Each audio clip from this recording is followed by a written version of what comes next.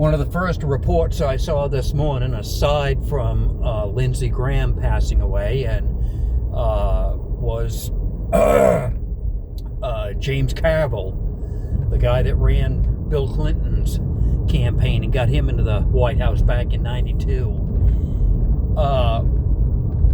This is something that I cannot understand about the younger Democrats today, I guess. But they, I don't know if they're listening to James Carville or not. I don't know. I'm going to assume that they're not, because they keep electing all of these progressives. And James Carville, who longtime Democrat strategist, he was the guy that got Bill Clinton at the White House. I mean, I don't agree with James Carville on anything. He is an extreme to the left Democrat, and I really don't agree with his politics. Okay, not a big deal, but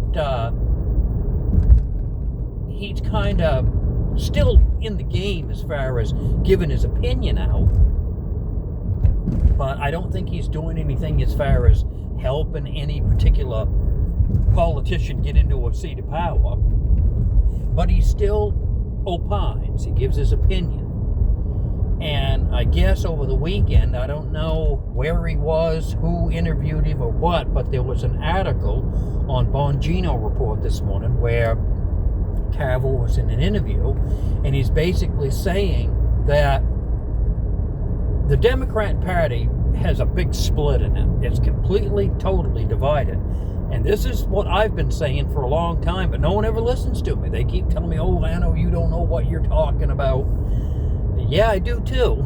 I used to be a Democrat, and I know when the Democrat Party is united.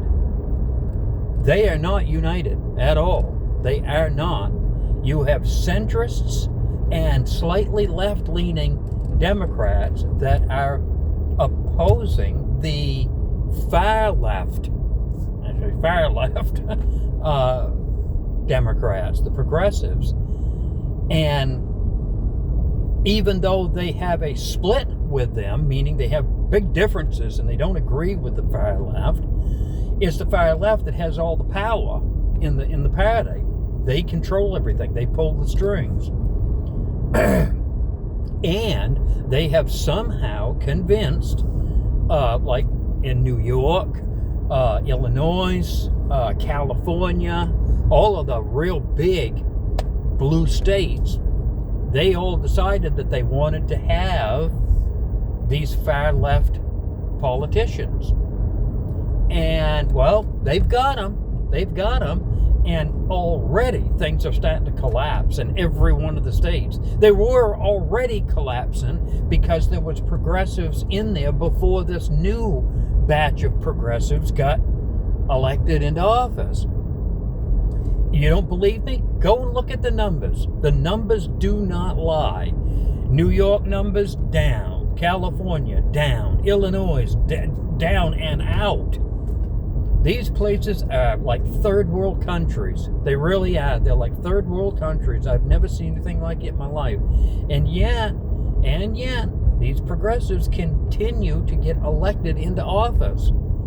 And they're somehow convincing these supporters to come out in droves and vote for them and support them. And they get it.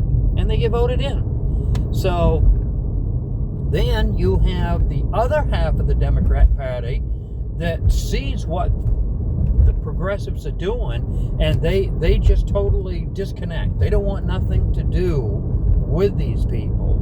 And I don't blame them. I absolutely do not blame them. Right here in Maine, we've got a tug of war going on because you've got Graham Plattner. He's done. He's all done. And the only reason that he is done is because, well, I guess Maine has enough people that are aware of not only his shortcomings, but I think they also see that his governance may not be the way the media is trying to project him to be. And this is the thing about progressives. they put out this picture like they are just heaven sent. They are the answer. But they're not. They never have been, and they never will be. And more people are waking up to it, but the problem is, I guess, not enough, because there's still progressives that are being elected across the country, and I just don't get it. Like, take Chicago, for example. Look at Chicago. Now, that has been run by Democrats since Al Capone. I don't believe that there is a Republican one in power there. I don't think there is, and there hasn't been for a long time. And look what Chicago is. Every weekend they have 50 or 60 shootings. And out of the 50 or 60 shootings, there's always anywhere from 2 or 3 to maybe as many as 10 deaths from all of the shootings. It's got to be the gun law capital of the world. They have the most strongest gun laws in place, and that's where you have the most killing going on. You make good law-abiding people unable to protect themselves with guns, they wind up dying, because the criminals who don't pay attention to any of the laws kill the innocent law-abiding people. And this is progressivism on display. Protect the criminal, and to hell with the law-abiding, tax-paying good citizen.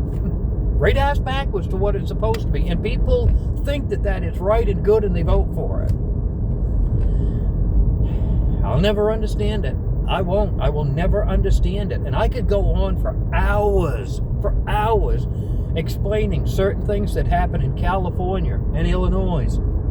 Anywhere where Democrats are in full control, you have these same results. You either have high death count every weekend because they have such strong gun laws in place, or you've got people that are literally on drugs, and the state is providing them with needles and the drugs that they need to stay drugged up and sleep on the street and live on the streets. And like I said, I could go on for hours. Why would anyone vote for this? I got no idea. They do. And it's a shame. It really is. It's a shame, but it is what it is, and there's nothing we can do to change it. And that article that I saw this morning where James Carville is talking about it. Now, here he is, a long-time Democrat, highly respected one, too, in the Democrat Party. He got Bill Clinton into the White House back in 92. And he is saying the same thing that I'm saying. He's using different words. He's using a different way of putting it, but it's exactly what he's saying. That this Democrat Party, as long as you're supporting far-left progressives, you're not going to do good in elections unless you're in California or Illinois or any other deep blue area.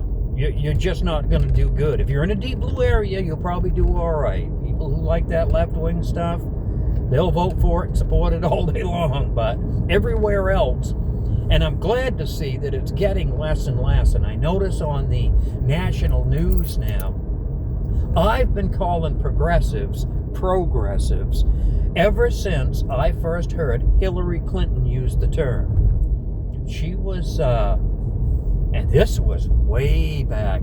I think this was way back when George Bush was just getting done being the president, and if I remember right, Hillary was running against Barack Obama, and during one of her campaigns, she came out and she said, "I'm what you call the new progressive."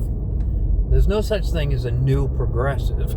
And I knew she was lying. I just didn't fully understand everything about progressivism then, but I was learning about it at the time. I was getting more and more information about the progressive movement, how it started in the late 1890s, early 1900s, and the progressive movement and all that stuff that began back then with Teddy Roosevelt. And then she's trying to say, well, I represent the new progressive. Never really made much sense, but to me, progressivism is progressivism. And you see it every day in the news. And I just hope more and more people learn about how bad it is and just vote against it. That's all I can say. I vote against it every opportunity I can. There are some things that good Democrats have as policies that I can agree with, but they may be going a little too far. Remember how in one of my videos here a while back, I used the analogy of taxes.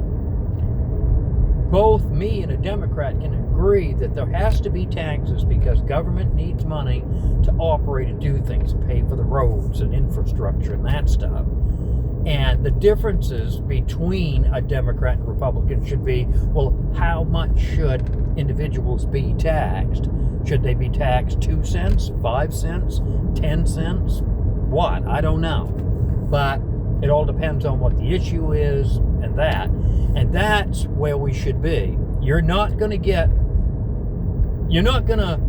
anywhere with the progressive talking about taxes because they think that you should go to work and make $10 and give them 9 of it and then you survive on $1. Like I said, they're too ass backwards. They're too much. Don't vote for them. That's my whole point. I don't vote for them, and I hope you don't either. Okay, I'm going to catch you in the next video tomorrow, hopefully. We'll have some more opinions. And don't forget to like, share, subscribe. Leave a comment. Let me know how you feel about this. Tell me whether you agree, disagree. Yeah, you can call me a nice guy or a bad guy. I don't care. I don't care. All right, you have a wonderful Monday, July 13th, 2026. I plan to. Weather's supposed to be halfway decent, so, okay, you have a good day. We be gone.